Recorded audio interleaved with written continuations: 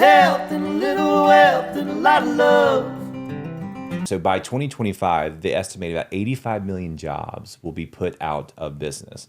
And to compare that, when automation went in 2000, about 1.8 million jobs in manufacturing, was displaced. So what would you say to people who are apprehensive about AI? I mean, it's not going anywhere, guys. I use it every day. Like, I'm with you on this, and you know where I stand on this, but I have to cover the 360. 100%. So what would you say to people like that who are apprehensive about AI and who are kind of fear-based based upon that and the replication? I say you have two options. Hold on to the crutch of the W-2 or go out and find a way to build your own business using AI. It's going to replace your job anyway. You might as well find a way to monetize on it and do a lot better than you would as a W-2. But it takes letting go of that fear because it's here. It's not going anywhere. You already see Microsoft put in $10 billion into OpenAI. I saw that. And that was the initial investment. I saw that. Let's wait and see what happens whenever this becomes a multi-trillion-dollar business. These are the beginning phases of this. Yes. And what I've seen from it and using it, it's not going to take over. It's a tool, just like a calculator, just like a computer, just like typewriters went to computers and so on. This is just the next evolution of what that is. At the end of the day, humans created it. Humans dictate how it learns. Humans dictate how it grows. So what we need to do is not bury our heads in the sand, but put in our input to be able to train it more on how humanity works as a whole, instead of letting the greedy people at the top use it for their benefit only. So if you go through and you use it, you get to control how it evolves. Ultimately, the masses control the direction it goes. And if the masses are controlled by the top, then the top controls how it goes. Right. But if the masses adapt and use it, this is actually one of those times where we have more control than we realize. If you've ever seen the movie Ants, where they come in and the grasshoppers are controlling and all of a sudden they rise up and realize that they have the power.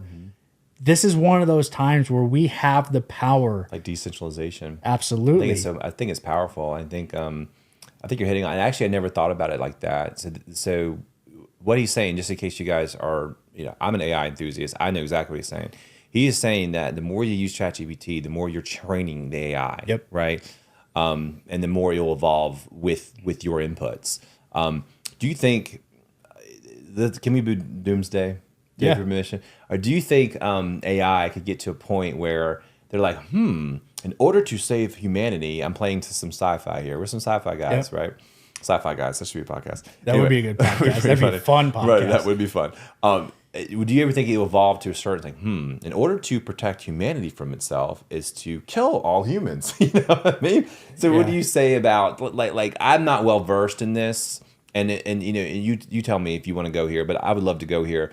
Like how do the rules and regulations and all that kind of play into AI altogether, and what things are in place? Because I've seen where one AI was working with another AI, and this AI was trying to see if it can overthrow this AI, and it did, and it retrained it and reprogrammed it, and I was like, oh geez, could it really do that? So talk to me about your thoughts on that. I think at the end of the day, this is kind of a scary scenario to think about, but there are 8 connection points for the internet in the entire world. All of the military and governments of our world have bombs on those connection points. Oh, geez. So I didn't know where you're going with this. So at the end of the day, you disconnect the internet, you disconnect the AI. AI is data-based. It's based on the internet. I never thought of that. We have all of those in place. We would just have to sacrifice all of the advancement that we've made. Wow. You just blew my mind. So you were ready for this. I just know things about that is kind of like, honestly, I didn't even think that. Humans are more capable than we ever realized. We built the shit. We know how to tear it down. Right.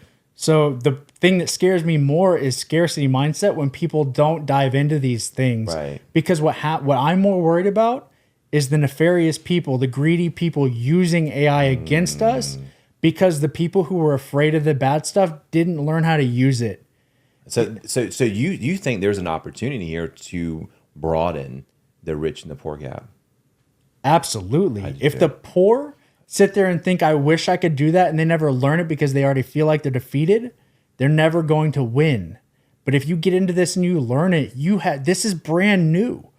You may not be able to do what Sam Altman and the OpenAI team can do, but you can use their tools. Right. And what I've learned through my systems, I actually learned this last night. One of my white label customers built this amazing prompt to where I tested my AI with them. He asked me, he's like, hey, will you test this for me? I went in and tested it, had a conversation. I tried to it left and right, try to break it. And ultimately it talked me into wanting to do a demo. And it's like, hey, what if I took your company and said, here's how we can help you, and I simulated what it would be if I worked for you? I never thought about that. My system, he turned around and showed me something I could do with it. Wow. So that's insane. We can do the same thing. And Sam Altman has even said in interviews, he didn't put documents on how to use ChatGPT because he wanted it to evolve by the users using it and figure out what it was going to become. He didn't know what it was going to become. With a little help and a little wealth and a lot of love, that's the life that we live. Suits and scrubs.